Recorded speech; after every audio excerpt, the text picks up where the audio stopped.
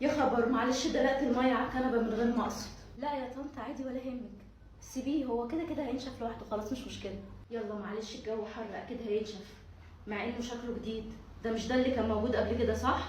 فداكي احنا فعلا لسه مستلمينه، ما بقالوش يعني 6 ايام تقريبا من ساعه ما حضرتك سافرتي. ان شاء الله يكون عاجبك. حلو يا حبيبتي، يسلم ذوقك، بس انتي عارفه انا ما بحبش الغوامق، ولا الغوامق ولا الفواتح، كل حاجه بتبان فيهم زي ما انت شايفه. ايوه انا عارفه ان حضرتك ما بتحبيش الغوامق من ايام ما كنا بنفرش اول مره، انا فاكره كويس. عموما هي اذواق. وبكام بقى يا حبيبتي على كده، بما انك ما اتحركتيش من مكانك لما الحاجات دلقت عليه؟ اه هي اذواق فعلا، بس انا بصراحه مش عارفه سعره كام بالظبط، لان كانت كل قطعه لوحدها. يعني الكرسي، الكنبه، الترابيزه. اه انا عارفه نظام بالقطعه ده، انت هتقولي لي. الله يعينك يا ابني على مصاريف مراتك. طب يا طنط تشربي ايه؟ خلاص لو مش هتعبك اعملي لي معاكي كوبايه شاي، بس حطي لي عليها نعناع. لا مفيش تعب ولا حاجه، احنا كده كده هنشرب مع بعض سوا. ايوه يا حبيبي، انا كنت عايزه اغير الانتريه يعني، زي اللي انتوا غيرتوه ده. انا كان في بالي من زمان اغيره، بس مش زي بتاعكم بالظبط. اه حاجه شبهه كده. يبقى ابعت لي يا حبيبي الرقم، ويبقى برضو يعني فاصل مع الراجل، ولو معاك مبلغ كده تديهولي يمشي الامور. خلي بس الراجل يجي ويشوف المقاسات الاول. ماشي يا حبيبي، مع السلامه. اسيب حضرتك شويه تخلصي تليفونك احسن. لا لا يا حبيبتي، ده انا كنت بس بكلم بتاع الخضار عشان عايزه اجيب منه شويه حاجات. تسلم ايدك. الف هنا وشفا يا طنط. عقبال بقى ما الشاي يبرد قوليلي جايبه بنطلونك اللي انتي لابساه ده منين، لان انا دايما بحب البس الستايل ده. لا البنطلون ده كنت جايباه من بازار كده في ايام العيد. بس جميل يا حبيبتي. بس تصوري بقى ان انا زعلانه منك واخس عليك، انت بنت وحشه. مش تجيبي لي واحد معاكي؟ مش انت عارفه ان انا بحب البنطلونات الغامقه، ما جيش على بالك كده؟ انا لو اعرف كنت جبت لحضرتك معايا، بس انا قلت اكيد مش بتلبسي الستايل ده. انا يعني قلت من لبسك ان حضرتك بتحبي الحاجات اللي هي هاديه اكتر، مش الحاجات الفانكي وكده. اولا انت ولا بتجيبي ولا بتعملي زي الشوز البيضه اللي انا قعدت استناها منك سنه. وبعدين ماله لبسي؟ يا بنت حماتك 46 سنه، اللي في سني لسه بيخلفوا، تقولي لي من ستايل لبسك؟ خلاص اكيد لو رحت اي وقت ولقيت المعرض هجيب لك زيه، حتى لو لقيت الوان تانية هجيب لك برضه. اديني مستنيه اما نشوف، ما يبقاش زي غيره وغيره اللي قلتي هتجيبي لي وما جبتيش حاجه. المهم قولي لي ايه الجديد عندك؟ الجديد ان انا عايزه اقول لك على خبر هيبسطك قوي. انا حامل. الف الف الف الف مبروك. اعملي حسابك ان اللي جاي ده بتاعي، انا اللي هربي واعلم واعمل كل حاجه. حماتك لسه في صحتها الحمد لله. الله يبارك فيك يا طنط، ان شاء الله يجي او تيجي على خير، وساعتها خدي اعملي في اللي انت عايزاه، اعتبريه بتاعك. اه طبعا بتاعي. ده انت تنزلي الشغل كده وانت مريحه دماغك، وخدي بالك انا الحمد لله اقدر اغير واشيل وادلع انا بصحتي. اه طبعا انا عارفه، ربنا يدي حضرتك الصحه. اصلا انا كل اللي بيشوفك معايا ما بيصدقش ان حضرتك حماتي، بيفتكرك اختي. الحمد لله، مش صحابك بس اللي ما بيصدقوش. عموما انا هنزل بقى عشان عندي شويه مشاوير مع صحابنا. اشوفك على خير. انا هاجي اوصل حضرتك، مع السلامه يا طنط. الو. الو يا طنط، عامله ايه؟ الحقيني يا زينه، مش عارفه اقول لك ايه. مال صوتك فيه يا طنط؟ انا مكسوفه منك اصلا. انا حامل. حامل؟ انتي بتقولي ايه يا طنط؟ ايوه زي ما بقولك كده، انا حامل. حماتك حامل. بدل ما كنت لسه انا من شهر بقولك هاخد بالي منك وانتي حامل، بقيت انا اللي حامل. طب وهي دي حاجه تعيطك يا طنط؟ الف الف مبروك. بعيط علشان انا عندي 46 سنه والناس كلها تضحك عليا. شوف انتي نفسك مسخسخه ازاي من الضحك من ساعه ما قلتلك الخبر. لا يا طنط طبعا عادي، ما فيهاش حاجه، وبعدين حضرتك لسه صغيره وشباب.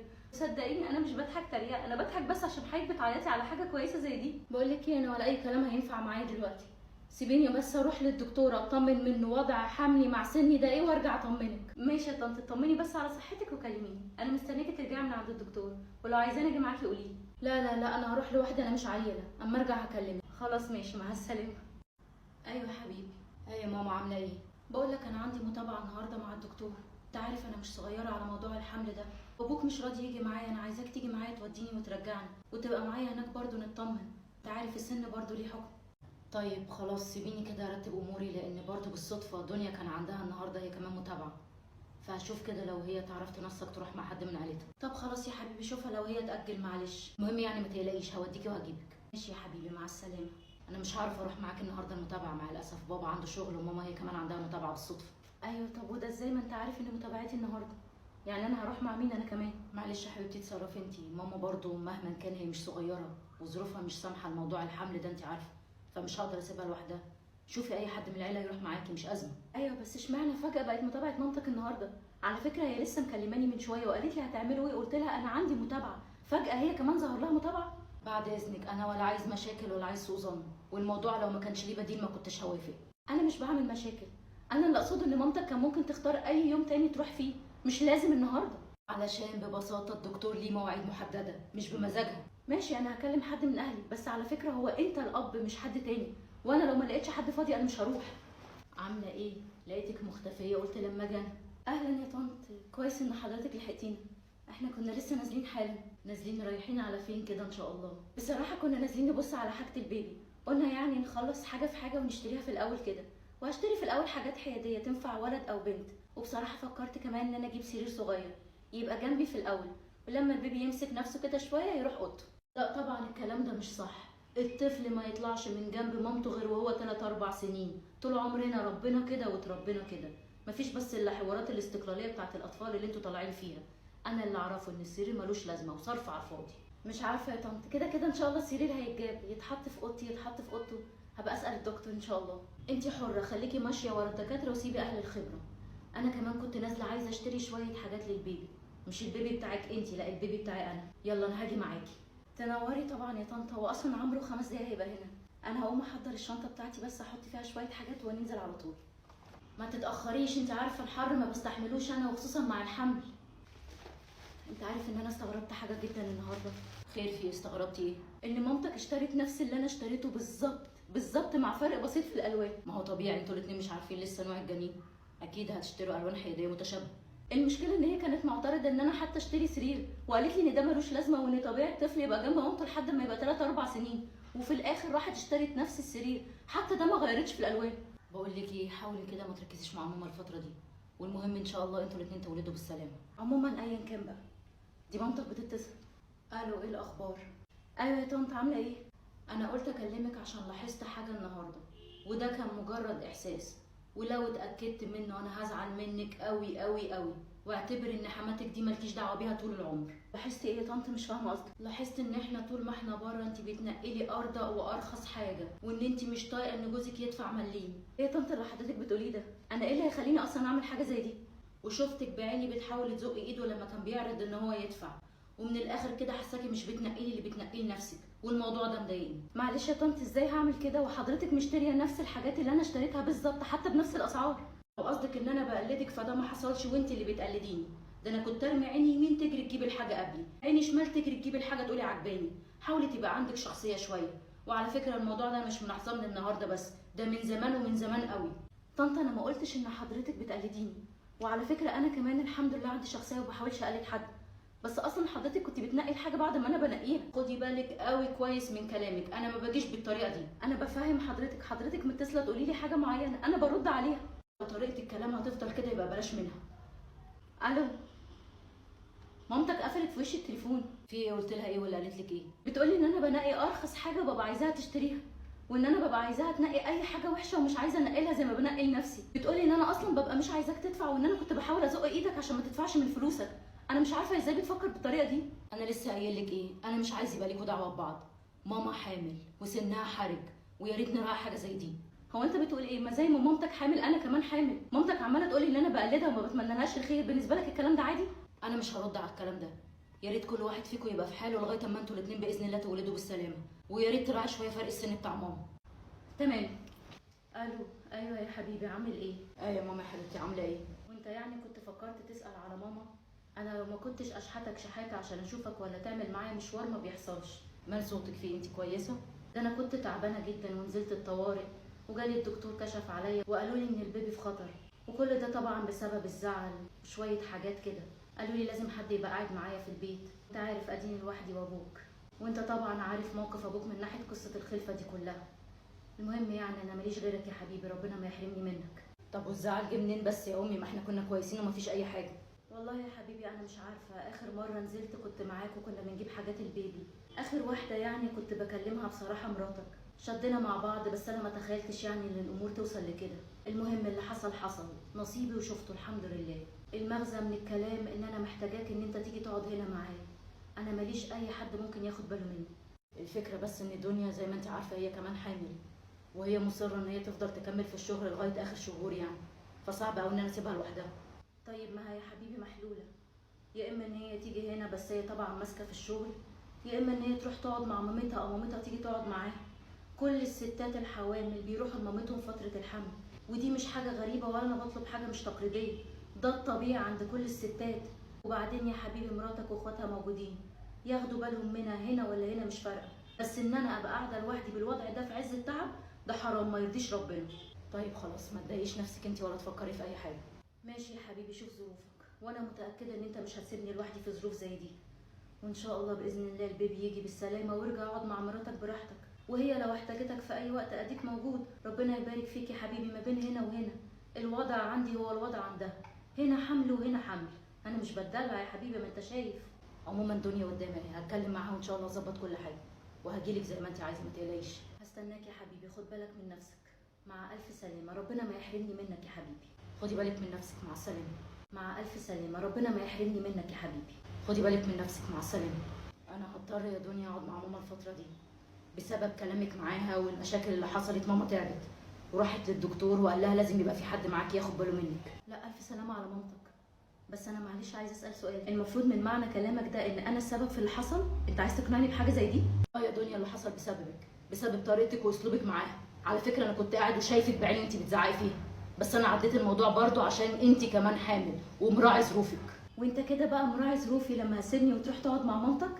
لما هتاخد بالك منها وتسيبني انا لوحدي؟ والله عايزه تيجي معايا وتقعدي عند ماما وتسيبي موضوع الشغل ده دلوقتي لغايه ما تولدي بالسلامه، اهلا وسهلا. متضايقه روحي اقعدي عند مامتك يا ستي، الطبيعي ان كل واحده لما بتحمل بتبقى عند مامتها، ده مش وضع غريب.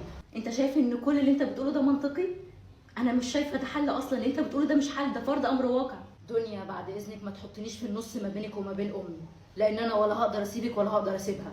واولا واخيرا انت ممكن اهلك او اي حد من اخواتك ياخد باله منك، هي ملهاش غيري. اعتقد الرؤيه واضحه.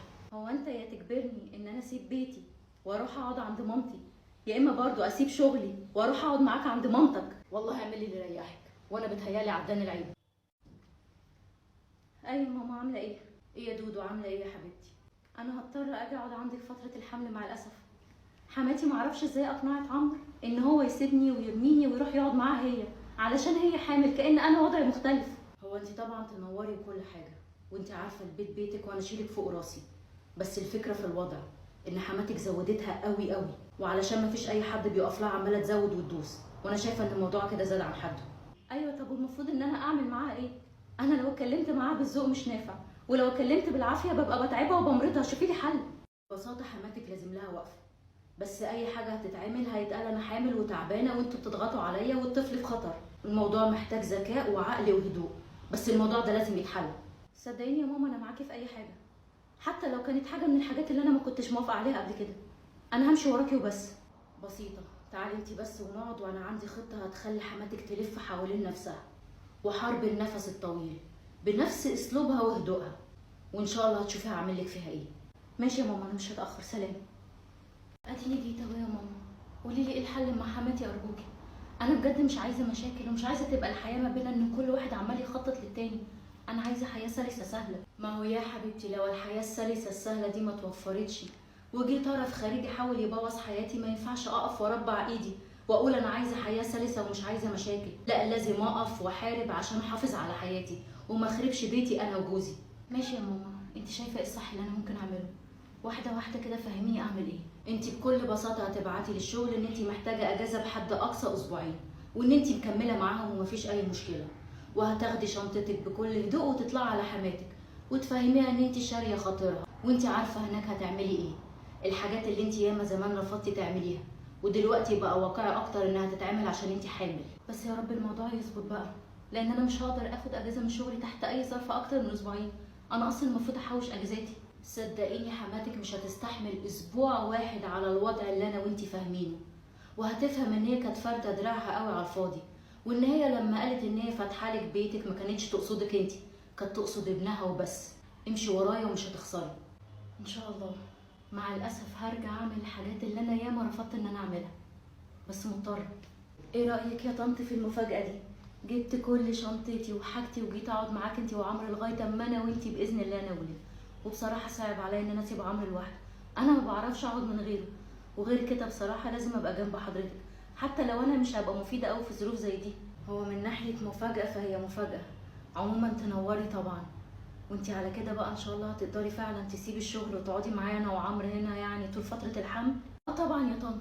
فكرك سهل عليا ان عمرو يقول لي ماما بتقول تعالوا انتوا الاتنين واسيبه يجي لوحده، وبعدين انا عارفه ان عمو اغلب الوقت مش موجود، واحيانا كمان بيبات في المحل، يعني كلنا هنبقى قاعدين براحتنا كاننا مسافرين. لا فيكي الخير يا حبيبتي. وبعدين طبعا هنبقى على راحتنا، واحنا ايه ممكن يقل راحتنا يعني. طيب يا طنط انا هقوم بقى ارص هدومي واوضب الاوضه عشان اعرف اقعد الفتره دي كلها هنا براحتي ونبقى كلنا مع بعض مرتاحين. اتفضلي، ولو احتجت اطلع لك حاجه قوليلي. يلا عن اذنك. صباح الخير يا طنط، عامله ايه؟ قصدك مساء النور. يعني من ساعه ما جيتي تنامي وتقومي وتشغلي التكييف واجي انا اطفي عليكي وتشغلي تاني وتنامي وتقومي وهكذا. انا حاسه بصراحه الفتره اللي انا هقضيها هنا كلها هقضيها نوم، كاني في منتجع سياحي، فاهماني؟ طب وفي المنتجع السياحي ده ما تقوميش تحضري الفطار لجوزك حتى بالمره وانتي بتحضري لنفسك؟ انا قلت بما ان احنا هنا فرصه ياكل من ايدك، هو اصلا بيحب تنظيمك للفطار والاكل بتاعك، فرصه خليه يتدلع شويه واحنا هنا. اما انا بالنسبه لي كده كده ما بفطرش، ولا في اجازه ولا في شغل. طب بما ان فاتتنا فقره الفطار، هتساعديني نحضر ايه في الغدا لعمرو؟ عمرو بيحب يجي هنا يدوق اصناف كتير من ايدي. مع الاسف يا طنط انا مش قادره اشم ريحه اي اكل، هضطر اسيبك تطبخي لو قادره طبعا، لو مش قادره نطلب كلنا من بره مش مشكله. انا اصلا كنت خايفه ان احنا نيجي عشان ما نتقلش عليكي في وضع زي ده. طيب بما انك مش طايقه الاكل ولا قادره تشمي ريحته، اعمل بقى انا الاصناف اللي بيحبها عمرو بس على قده كده احسن. برضو اعملي اللي عمرو بيحبه، وانا كده كده ما بعرفش اكل من غيره. بالليل هبقى نقنق معاه اي حاجه. انا هقوم اريح شويه بقى عشان محتاجه انام تاني. وانتي هتنامي وتشغلي التكييف تاني؟ اه طبعا يا طنط هشغل التكييف، امال هقعد في الحر؟ نامت عليكي حيطه يا شيخ. مساء الخير يا طنط، عامله ايه؟ مساء النور. حلوه بيجامتك لطيفه. انا كمان عندي بيجامات كتيره قوي ستان، بس خلاص بقى هلبس لمين؟ الواحد ما بقاش ليه نفس. ميرسي يا طنط. واكيد طبعا لو الستان مش بيضايقك في الصيف البسي براحتك. طيب بما انك مش قادره تساعديني في اي حاجه تخص الطبخ ولا المطبخ، اعملي حسابك النهارده بقى هنشيل البيت كله بالراحه كده على مهلنا. مع الاسف يا طنط انا مش هقدر اساعدك في اي حاجه في البيت، الدكتور قال ان انا محتاجه راحه تامه، وشايفه ان حضرتك كمان محتاجه نفس الكلام. لما انا وانتي يا حبيبتي نرتاح مين اللي هينظف البيت؟ حماكي ولا جوزك؟ بسيطه يا طنط، ايه رايك نجيب حد يساعدنا وينظف معانا مره كل اسبوع؟ انا شايفه ان ده حل يرضي كل الناس. انتي لسه كمان عايزه تجيبي لي حد ادفع له نظافه كل اسبوع؟ ده لسه انا وحماكي عمالين نصوت من التكييف وفاتوره الكهرباء، وكلمت عمرو واشتكيت له وقلت له ان محدش مقدر الظروف. طنط انا مقدره الظروف وكل حاجه، وممكن عمرو كمان يساهم، بس انا ما اقدرش انام من غير تكييف، وخصوصا مع الحمل. انتي من امتى بقى طلعت لنا في علمه التكييف دي؟ ايه رايك بقى ان انا بفكر اكلم عمرو واقول له شكرا ارجعوا بيتكم، مش عايزه حد ياخد باله مني. من وانا في بيتي وانا ما بنامش من غير تكييف، والوضع ده عارفه عمرو. وعلى فكره انا جيت بناء على ان حضرتك قلت لنا تعالوا، انا ولا جايه اضايقك ولا جايه اضغطك ماديا. لا من الاخر كده انت جايه تضايقيني، وغيرانه بعلاقتي بابني وجايه هنا عشان تشاركيني فيه، عشان ما استحملتيش ان هو يجي يقعد جنب امه وياخد باله منها. لا يا طنط انا مش جايه اضايقك ولا جايه اتعبك ولا جايه اعمل اي حاجه في البيت، ولا هشاركك في ابنك، لان هو ببساطه جوزي، حضرتك مامته وانا مراته. فين فكره المشاركه؟ انا مش فاهمه معنى كلامك ده، بس اللي انا فاهماه ان انتي غيرانه من علاقتي بابني ومش مستحمله تشوفيه قريب مني. اللي اقصده يا طنط ان حضرتك مش ضريتي عشان اغير منك، حضرتك مامة جوزي حماتي. بقول لك ايه من الاخر، عمرو ده انا مضيعه عليه شبابي وعمري ومجهودي وحياتي كلها ليه. مش هتيجي انتي من الاخر كده تاخديه على الجاهز؟ طول عمر ابوه مش بيعبرني، انا ولا كنت بشوف خروج ولا فسح ولا هدايا، ولا كنت افهم يعني ايه علاقه حلوه. انا ما كنتش بفهم حاجه غير الزعيق والنكد والاهمال، تجاهل واهمال لدرجه تموت، لغايه اما ربنا سبحانه وتعالى رزقني بعمرو. ولما جه عمرو بقى هو الحاجه الوحيده اللي بتجبر بخاطري، بتطبطب عليا، بقى يقول لي شكلك حلو ويدلعني ويخرجني ويسمعني كلام جميل، بقى هو بالنسبه لي ابني ودنيتي وكل حاجه.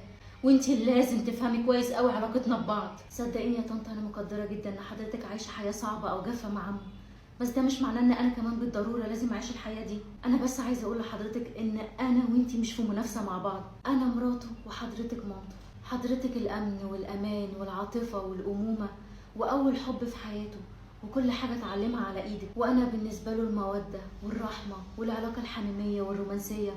احنا الاتنين عمرنا ما هنقدر نقدم نفس الشيء، وهو عمره ما هيقدر يستغنى عن اي مشاعر بياخدها من حد فينا. ببساطه انا عايزه حضرتك تستمتعي بابنك ويدلعك وتخرجي ويهتم بيك ويعمل كل حاجه، بس ده ما يتعارضش معايا انا ومع حياتي. انا مش قادره اتصور فكره ان هو خلاص مستغني عني. عنده اللي بتاكله وبتشربه وبتدلعه وبتعمل له كل حاجه، عنده اللي بيكلمها في اموره ويناقشها. انا بقيت على الرف لما يفضل يجي يبص على امه. صدقيني يا طنط لو كل واحد فينا قدر يوظف مشاعره صح وياخد احتياجاته والمشاعر اللي محتاجها من الشخص الصح في الوقت الصح، انا متاكده هنعيش كلنا مرتاحين وسعداء، ومحدش فينا هياخد ولا يقطع من سعاده التاني ولا يعيش مرتاح على حساب حد تاني.